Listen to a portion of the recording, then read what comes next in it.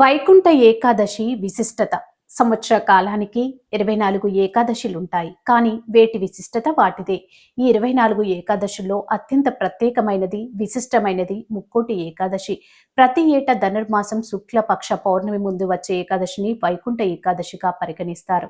ఈరోజు మహావిష్ణువు గరుడ వాహనాధారుడై 3 కోట్ల దేవతలతో భూలోకానికి దిగివచ్చి భక్తులకు దర్శనమిస్తాడు. కనుక దీనికి ముక్కోటి ఏకాదశి అనే పేరు వచ్చిందంటారు. ఈ ఒక్క ఏకాదశి 3 కోట్ల ఏకాదశులతో సమమైన పవిత్రతను సంతరించుకున్నందువల్ల దీన్ని ముక్కోటి ఏకాదశి అంటారు. మామూలు రోజుల్లో దేవాలయాలు ఉత్తర ద్వారాలు మూసి ఉంచుతారు. కానీ ఈ రోజు భక్తులు ఆ ఉత్తర ద్వారం గుండా వెళ్లి దర్శనం చేసుకుంటారు. ముక్కోటి ఏకాదశి రోజున నిష్ఠతో పూజ నియమాలు ఆచరించే వారికి పుణ్యఫలంతో పాటు కార్యను సిద్ధి చేకూరుతుందని జ్యోతిష్య నిపుణులు అంటున్నారు. వైకుంఠ ఏకాదశి రోజున నిష్ఠ నియమాలతో ప్రతిమాచరించే వారికి మరో జన్మంటూ ఉండదని పురాణాలు చెబుతున్నాయి.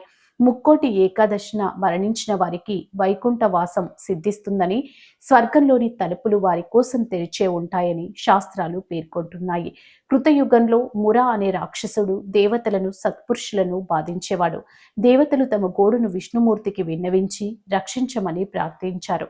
విష్ణువు మురాసురుడిపై దండెత్తి మొదటి రాక్షస సైన్యాన్ని సంహరించాడు. కానీ మురాసురుడు మాత్రం తప్పించుకొని వెళ్లి సాగర గర్భంలో దాక్కున్నాడు. మురసాసురుణ్ణి బయటకు రప్పించే ఉపాయాన్ని విష్ణువు ఆలోచించి ఒక గుహలోకి వెళ్ళాడు. విష్ణువు నిద్రిస్తున్నాడని భ్రమించిన మురాసురుడు విష్ణువును వధించడానికి అదే అనువైన సమయమని కత్తినెత్తాడు. అంతే, వెంటనే మహాలక్ష్మి దుర్గ రూపంలో అక్కడ ప్రత్యక్షమై మురసాసురుణ్ణి సంహరించి విష్ణు లేచి ఆమెను మెచ్చుకొని ఆమెకు ఏకాదశి అనే బిరుదునిచ్చాడు.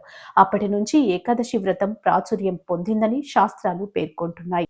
మానవులకు ముక్తిని ప్రసాదించడానికి ఆ మహావిష్ణువే స్వయంగా ఏకాదశి వ్రతాన్ని ఉపదేశించినట్లు శాస్త్రవచనం.